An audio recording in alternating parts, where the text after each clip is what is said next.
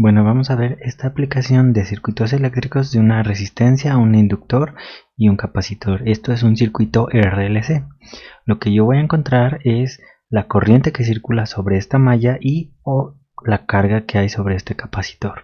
Nos vamos a auxiliar de leyes de la electrónica como las leyes de Kirchhoff y la ley de Ohm, de la inductancia y de la capacitancia. ¿Okay? Entonces vamos a sacar de las leyes de Kirchhoff que el voltaje del resistor, del inductor y del capacitor, todos sumados, me tienen que dar el voltaje que hay en la fuente. ¿Okay? Entonces primero vamos a ver cómo calcular el voltaje para cada uno. Entonces el voltaje en la resistencia va a ser igual a el valor de la resistencia por la corriente.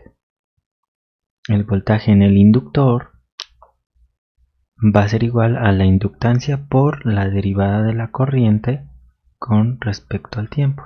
La variación de corriente con respecto al tiempo, y esto ya me da el voltaje en el inductor. Y en el capacitor, el voltaje es la carga del mismo entre la capacitancia. Aquí, como vemos, todos están en términos de I, nada más Q es el diferente. La corriente, vamos a saber que es la derivada de la carga con respecto al tiempo. Si yo lo quiero ver al revés, la carga va a ser igual a la integral desde 0 hasta t de la corriente con respecto al tiempo. ¿Ok? Entonces, de aquí el voltaje en el capacitor yo lo puedo ver como 1 sobre c por la integral desde 0 hasta t de i de t. ¿Ok? Entonces, ya que tenemos esas tres, ya tenemos el voltaje en el capacitor, el voltaje en el inductor y en el voltaje en la resistencia. Si sumo esos tres, me va a quedar el voltaje en la fuente. Entonces, el voltaje en la resistencia más el voltaje en el inductor más el voltaje en el capacitor va a ser igual a la fuente. El voltaje en la resistencia va a ser igual a la resistencia por la corriente. De acá, el voltaje en el inductor era la inductancia por la derivada de la corriente con respecto al tiempo. Y el voltaje en el capacitor vimos que era 1 sobre c por la integral de i de t desde 0 hasta t, y esto va a ser igual a el voltaje en esta parte. ¿Ok? Ya tenemos esta parte, y esto no es una ecuación diferencial que nosotros conozcamos. De hecho, esta tiene un nombre especial. Esta se llama una ecuación íntegro-diferencial, ya que ocupa diferenciales y ocupa integrales.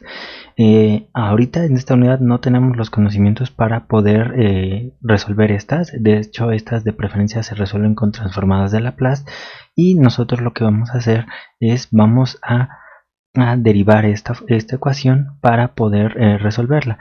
Aquí, si nosotros pudiéramos resolver nuestra ecuación, obtendríamos una ecuación de la corriente en términos del tiempo. ¿Okay?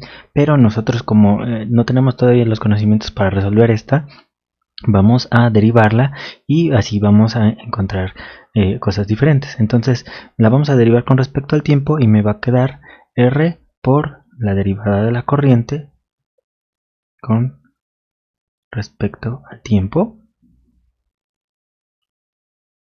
más de acá la derivo otra vez, me va a quedar que esta es la segunda derivada de la corriente con respecto al tiempo, y la derivo esta, me va a quedar más 1 sobre c, y la derivada de la integral pues me queda esta misma, va a ser igual a la derivada de la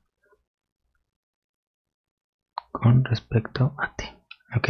Entonces, ya que tenemos esta parte, ya la derivamos y ya vamos a poder resolver y encontrar la ecuación de mi corriente. Ahora me va a quedar esto reordenado: L por la segunda derivada de la corriente